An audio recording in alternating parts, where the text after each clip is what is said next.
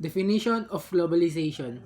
Globalization is a complex process involving the increased interconnectedness and interdependence of countries through exchange of goods, service, information, and ideas.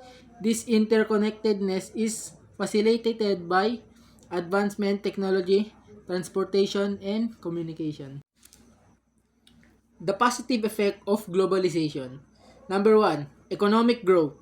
Globalization can stimulate economic growth by increasing trade, invest, and competition.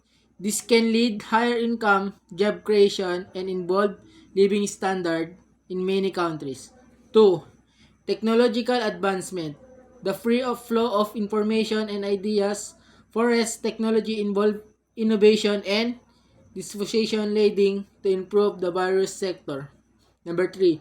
Cultural exchange. Globalization promotes cultural exchange and understanding between different countries, society leading together diversity to tolerance. And the last is increased access to goods and service.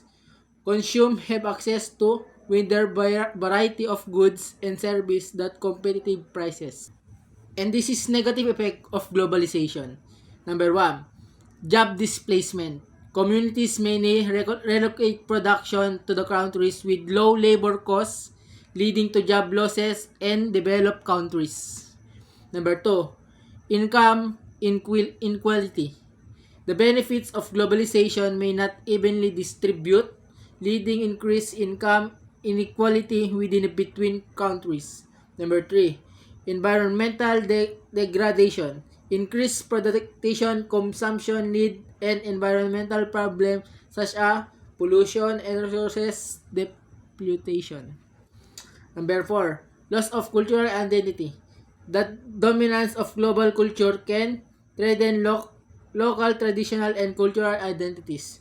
And the last one, exploitation of labor.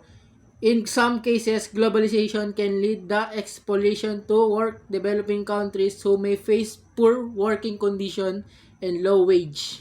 And this is a summary of globalization. Globalization is a multifaceted process with a both positive and negative consequence that overall impact depend how or managed and policies implemented to mitigate each negative effect while maximizing it the benefit to provide a complete answer specific your module you count and provide the definition of globalization within the module in itself.